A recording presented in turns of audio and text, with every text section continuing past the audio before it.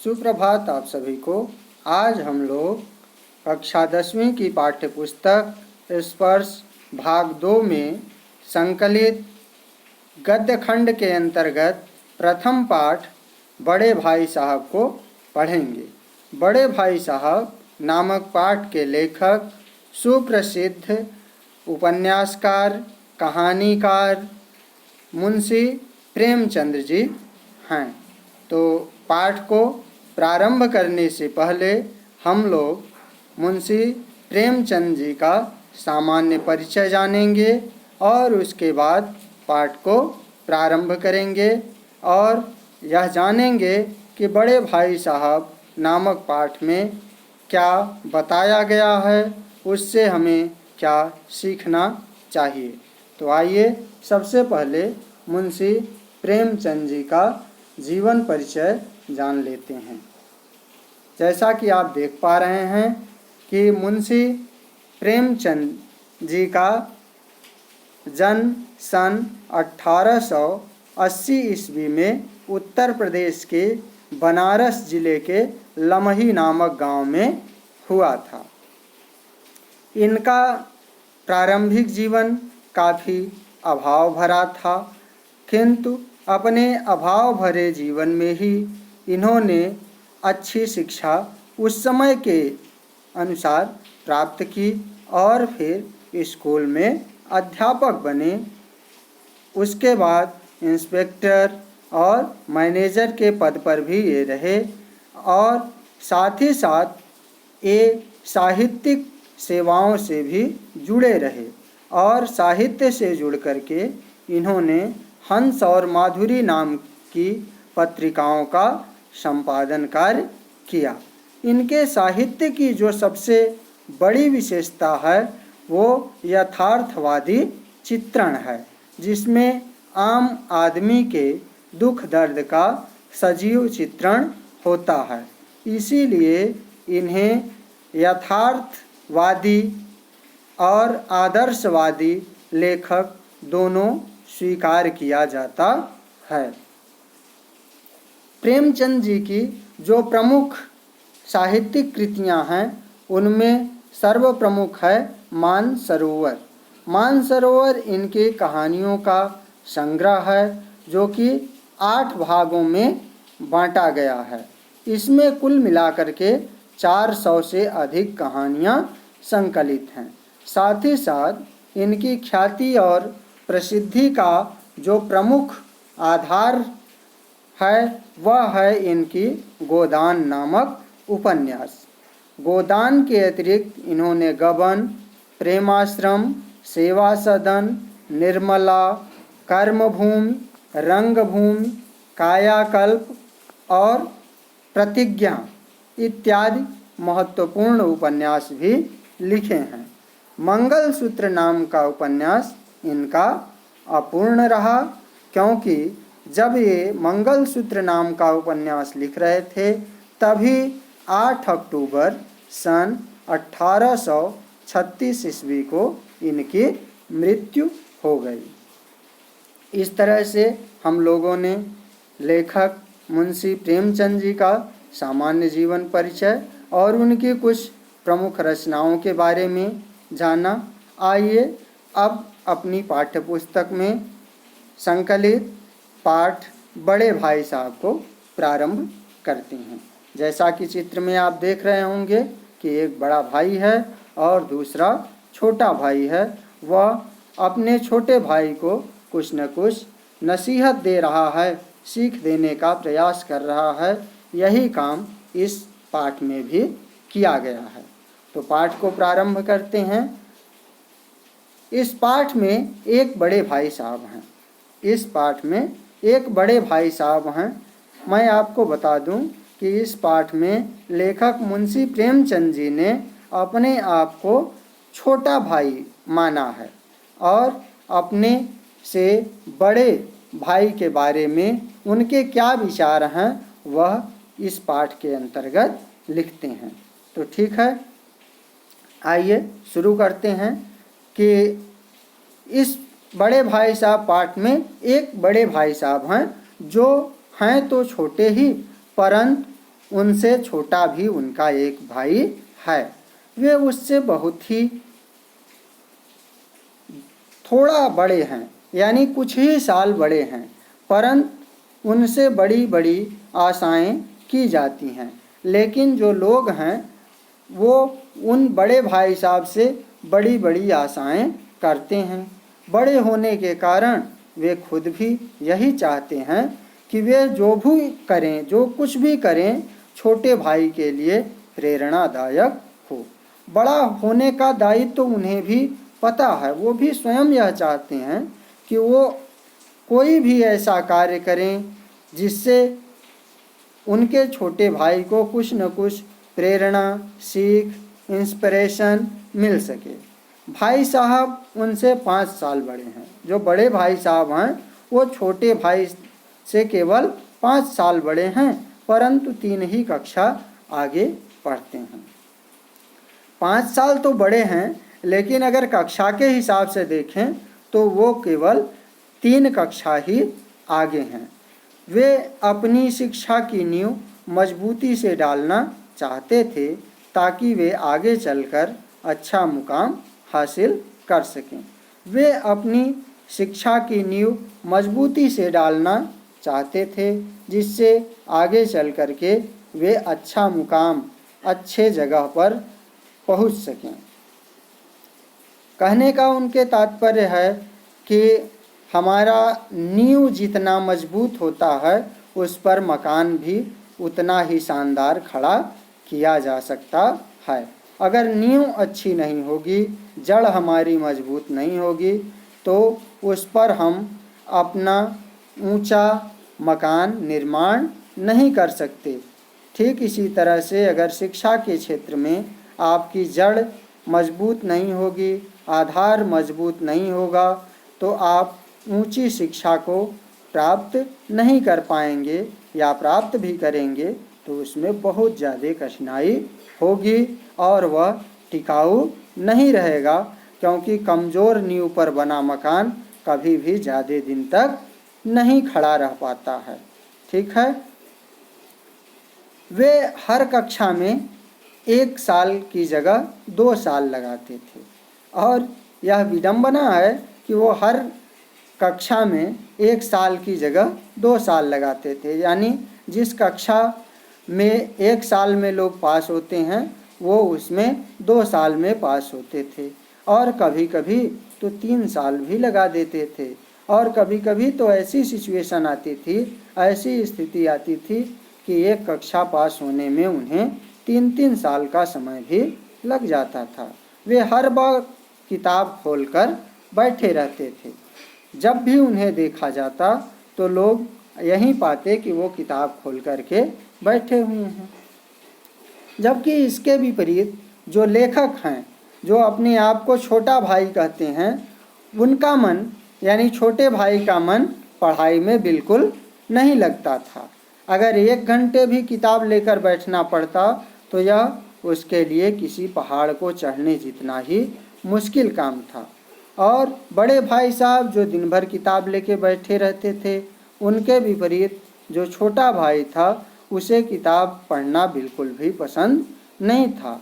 जब कभी 1 घंटा भी उसे पढ़ने के लिए बैठना पड़ता तो यह उसके लिए किसी पहाड़ चढ़ने से कम काम मुश्किल नहीं होता था।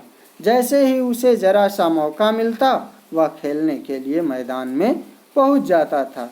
ज़रा सा भी अगर उसे मौका मिलता, यानी घर के जो लोग होते थे वो नहीं होते थे या उसे नहीं देखते थे, तो वह भाग करके खेलने के लिए मैदान में पहुंच जाता था। लेकिन जैसे ही खेल खत्म कर कमरे में आता तो भाई साहब का भी गुस्से वाला रूप देखकर उसे बहुत डर लगता था। लेकिन जैसे ही खेल खत्म करके घर आता तो उसे अपने भाई साहब के गुस्से वाला रूप दिखाई देता। कहने का तात्पर्य है कि जब वह घर आता तो बड़े भाई उस पर गुस्सा होते, उसे डांटते हुए कहते कि वह इतना सुस्त है कि बड़े भाई साहब को देखकर कुछ नहीं सीखता। वो कहते कि तुम इतने सुस्त हो, इतने बेकार हो कि तुम अपने बड़े भाई साहब को देख करके भी कुछ नहीं सीखते कि कैसे वे दिन भर पढ़ते रहते हैं, किताब खोले बैठे रहते हैं। अगर लेखक अपनी उम्र की इसी तरह गंवाना चाहता है तो उसे घर चले जाना चाहिए। बड़े भाई साहब छोटे भाई को डांटते और कहते कि अगर तुम्हें अपनी उम्र इसी तरह से गंवानी है, इसी तरह से बिताना है तो तुम अपने घर चले जाओ, तुम्हें घर चले जाना चाहिए और वहाँ मज़े से गुल्ली डंडा खेलना चाहिए और घर जा कर के तुम मज़े से गुल्ली डंडा खेलो। गुल्ली डंडा एक प्रकार का खेल होता है ना, आप लोग भी जानते होंगे। कम से कम दादा की मेहनत की कमाई तो खराब नहीं होगी।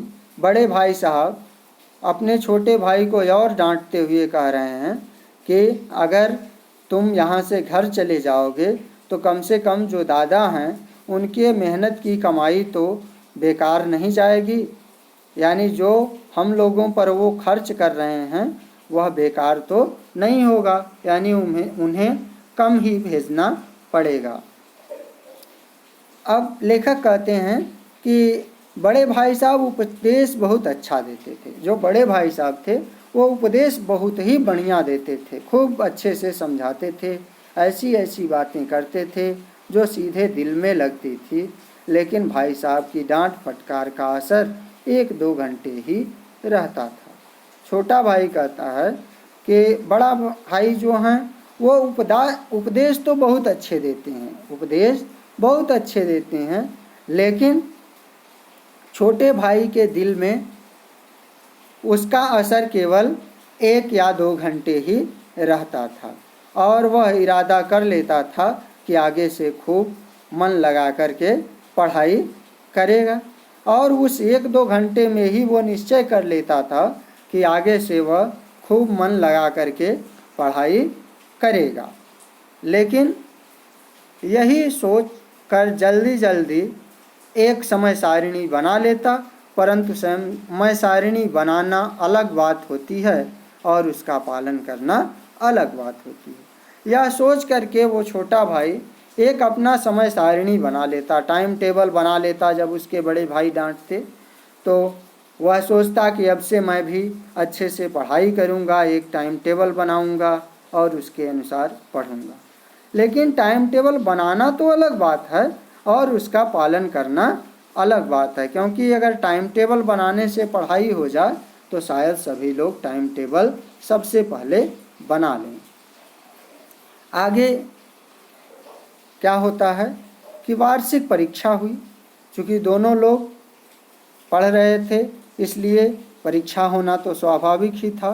तो वार्षिक परीक्षा हुई और भाई साहब फेल हो गए और लेखक पास हो गया।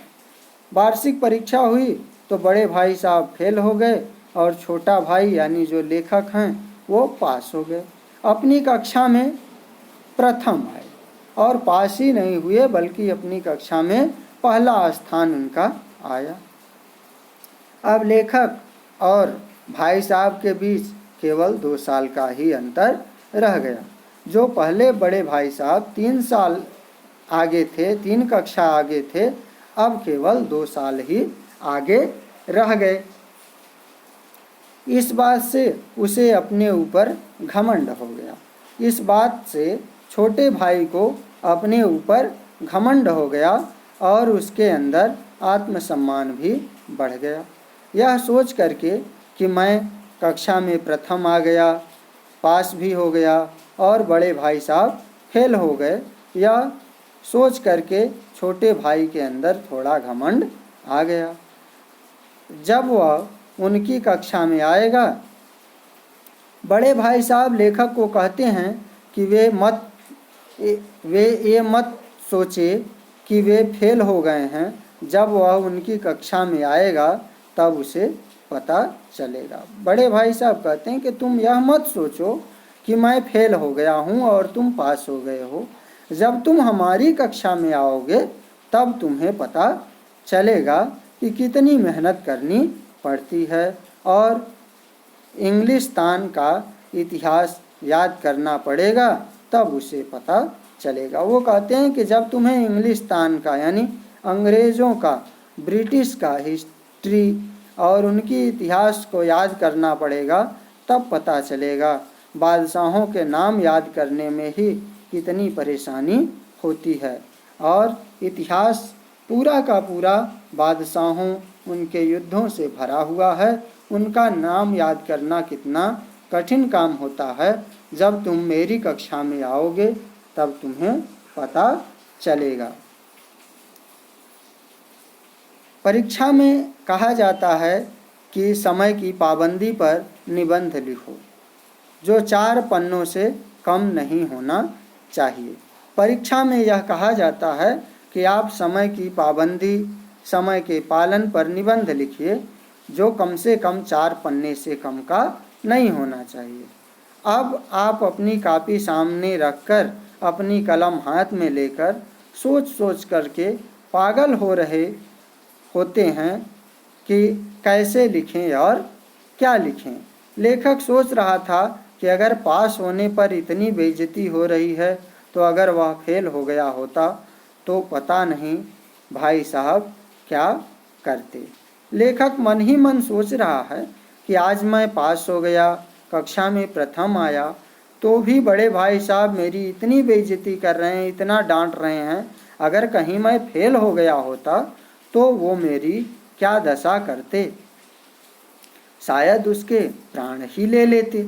लेकिन इतनी बेइज्जती होने के बाद भी पुस्तकों के प्रति उसकी कोई रुचि नहीं हुई। इतना बात सुन लेने के बाद भी, इतनी बेइज्जती होने के बाद भी उसका इंटरेस्ट किताबों में नहीं हुआ, उसकी रुचि पुस्तकों में नहीं हुई। वह पहले जैसा ही बना रहा। खेल कूद का जो भी अवसर मिलता वह हाथ से नहीं जाने देता। खेलने कूदने का जरा सा भी अगर उसे मौका मिलता तो वह कभी भी इस मौके को जाने नहीं देता। पढ़ता भी था लेकिन बहुत कम। वह पढ़ता था लेकिन बहुत कम पढ़ता था। बस इतना पढ़ता था कि कक्षा में बेइज्जती न हो। वह केवल इतना पढ़ता था कि कक्षा में बेइज्जती न हो, यानी वह कक्षा में फेल न हो। फिर से सालाना परीक्षा हुई, दूसरा साल आया और फिर से वार्षिक परीक्षा हुई। सालाना मतलब वार्षिक परीक्षा हुई और कुछ ऐसा इत्तेफाक हुआ कि लेखक फिर से पास हो गया। और इस बार भी कुछ ऐसा हुआ कि लेखक फिर से पास हो गया और भाई साहब इस बार फिर फेल हो गए। और जो बड़े भाई साहब थे इस बार फिर से फेल हो गए। जब परीक्षा का परिणाम सुनाया गया तो भाई साहब रोने लगे और लेखक भी रोने लगा। जब दूसरे साल के परीक्षा का परिणाम आया तो अपने फेल होने की खबर सुन करके बड़े भाई साहब रोने लगे। बड़े भाई साहब को रोता देख करके छोटा भाई यानी लेखक भी रोने लगा। अब भाई साहब का स्वभाव कुछ नरम हो गया था। अब बड़े भाई साहब पहले इतने कड़क स्वभाव नहीं थे, अब उनका स्वभाव थोड़ा नरम हो गया, क्योंकि 2 बार वो फेल हो चुके थे। कई बार लेखक को डांटने का अवसर होने पर भी वे लेखक को नहीं डांटते थे।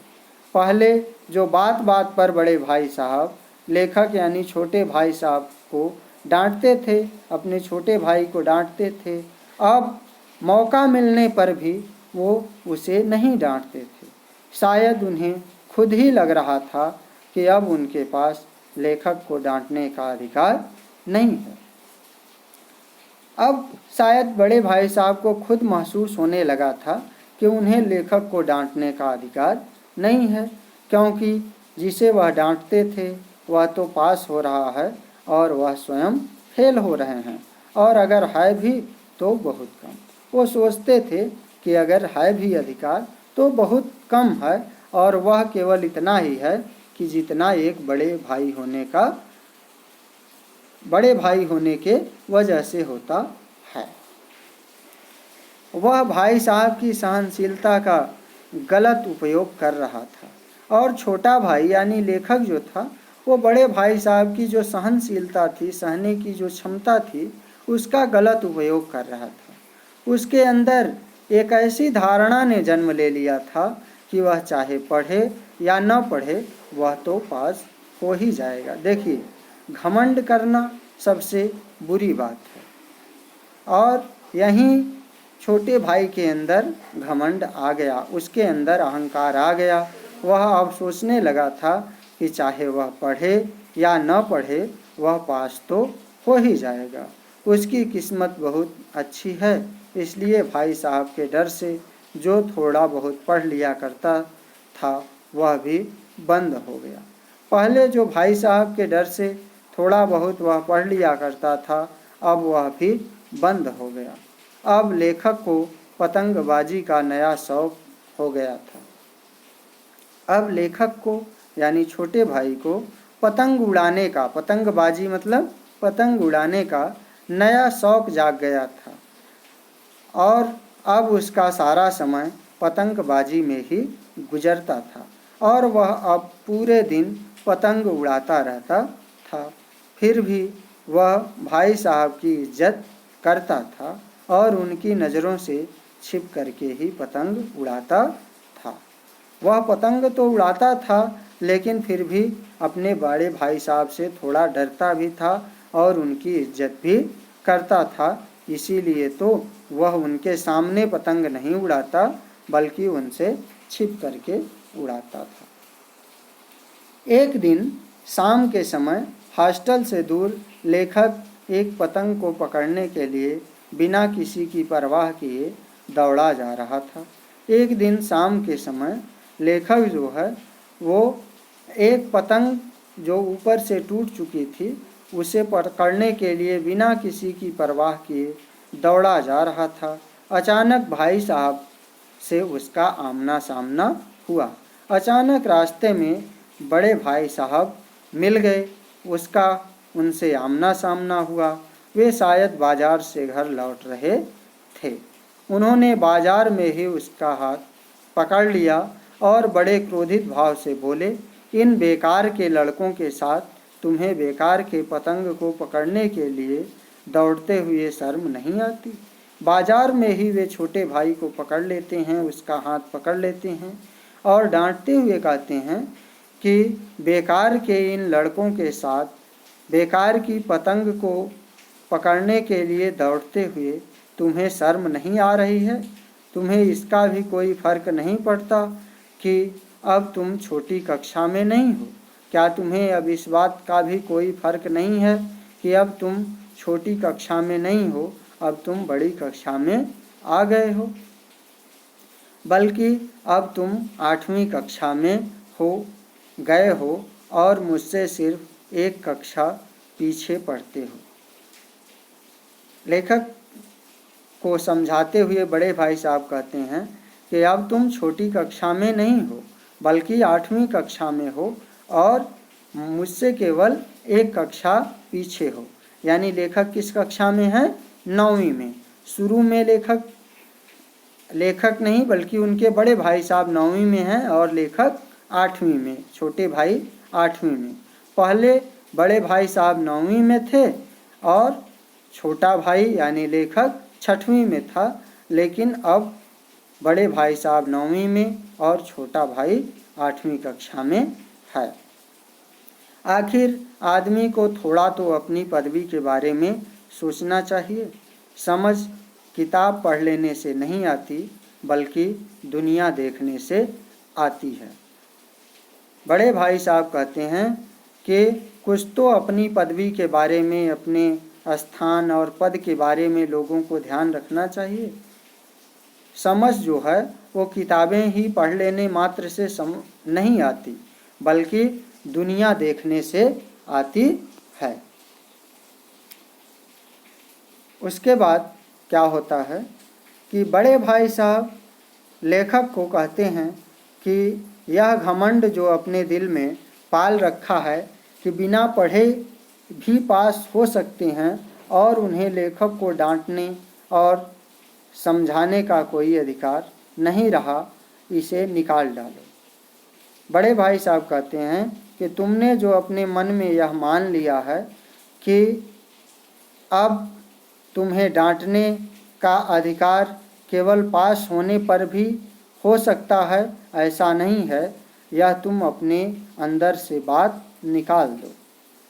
बड़े भाई साहब के रहते लेखक कभी गलत रास्ते पर नहीं जा सकता था। लेखक को भी अब यह महसूस होने लगा था कि बड़े भाई साहब के होते हुए वह कभी भी गलत रास्ते पर नहीं जा सकता, क्योंकि समय समय पर बड़े भाई साहब उसे उसकी कमियों को बताते थे और उसे गलत करने से रोकते भी थे।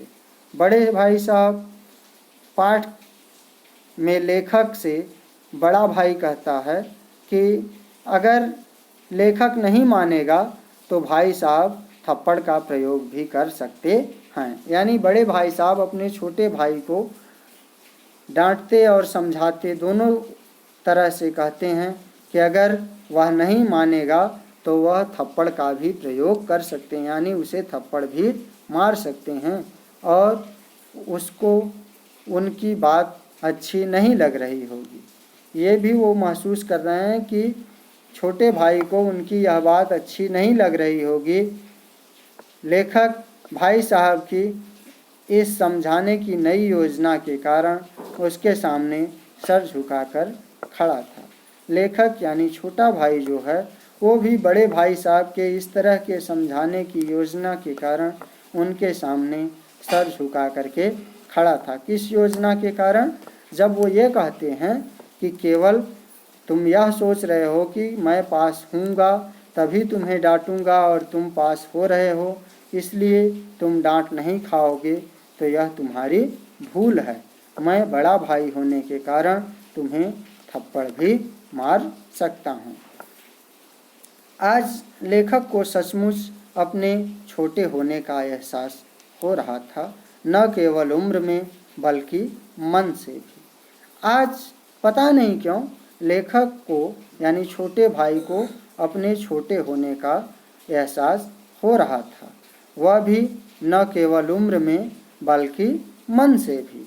और भाई साहब के लिए उसके मन में इज्जत और भी बढ़ गई और उसके मन में अपने बड़े भाई साहब के प्रति इज्जत और बढ़ गई। आगे क्या होता है कि लेखक ने उनके प्रश्नों का उत्तर नम आँखों से दिया कि भाई साहब जो कुछ कह रहे हैं वह बिल्कुल सही है। लेखक यानी छोटे भाई ने बड़े भाई साहब के प्रश्न का उत्तर अपनी नम आँखों से दिया, यानी उसकी आँखों में आंसू भर आए बड़े भाई साहब की बातों को सुन करके, और वह चुपचाप ही मानो यह स्वीकार कर रहा था कि बड़े भाई साहब जो कुछ कह रहे हैं वह बिल्कुल सही है और उनको यह सब कहने का अधिकार भी है। और वह यह मान रहा था कि बड़े भाई साहब को यह सब कुछ कहने और करने का अधिकार भी है। भाई साहब ने लेखक को गले लगा लिया और कहा कि वे लेखक को पतंग उड़ाने से मना नहीं करते हैं। बड़े भाई साहब ने लेखक को अपने गले से लगा लिया और वे लेखक से कहते हैं कि मैं तुम्हें पतंग उड़ाने से मना नहीं करता हूँ। उनका भी मन करता है कि वे भी पतंग उड़ाएं, मेरा भी मन करता है। बड़े भाई साहब कहते हैं कि मेरा भी मन करता है कि मैं भी पतंग उड़ाऊं, लेकिन अगर वे ही सही रास्ते से भटक जाएंगे तो लेखक की रक्षा कैसे करेंगे। लेकिन फिर यह सोच करके वह रुक जाते हैं कि अगर बड़े भाई होते हुए वह स्वयं भी अपने रास्ते से भटक जाएंगे, वहीं खेलना कूदना शुरू कर देंगे, तो छोटे भाई को कैसे वह सही रास्ता दिखाएंगे, कैसे उसे डांटेंगे, कैसे उसे सही बात बताएंगे। बड़ा भाई होने के नाते यह भी तो उनका ही कर्तव्य है। बड़े भाई साहब कहते हैं कि बड़े भाई होने के कारण उनका भी तो यह कर्तव्य है कि वह अपने छोटे भाई को सही रास्ता सही मार्ग दिखाएं। आगे इत्तेफाक से एक समय एक कटी हुई पतंग लेखक के ऊपर से गुजरी। एक बार एक कटी हुई पतंग इत्तेफाक से अचानक से लेखक के ऊपर से गुजरी। उसकी डोर कटी हुई थी और लटक रही थी। लड़कों का एक झुंड उसके पीछे दौड़ रहा था। भाई साहब लंबे तो थे ही, उन्होंने उछल करके डोर पकड़ ली और बिना सोचे समझे हॉस्टल की ओर दौड़े और लेखक भी उनके पीछे पीछे दौड़ रहा था। आज पहली बार ऐसा हुआ था कि बड़े भाई साहब भी अपने बाल स्वभाव के अनुरूप उस पतंग की डोर को पकड़ करके हॉस्टल की ओर दौड़ पड़े और लेखक यानी छोटा भाई भी उनके पीछे पीछे दौड़ रहा था। इस तरह से यह पाठ आज समाप्त होता है। उम्मीद है कि आप लोगों को यह पाठ समझ में आ गया होगा। अगले पाठ में या अगली कक्षा में हम लोग इस पाठ का सारांश और उसका उद्देश्य जानेंगे। आज के लिए बस इतना ही। धन्यवाद।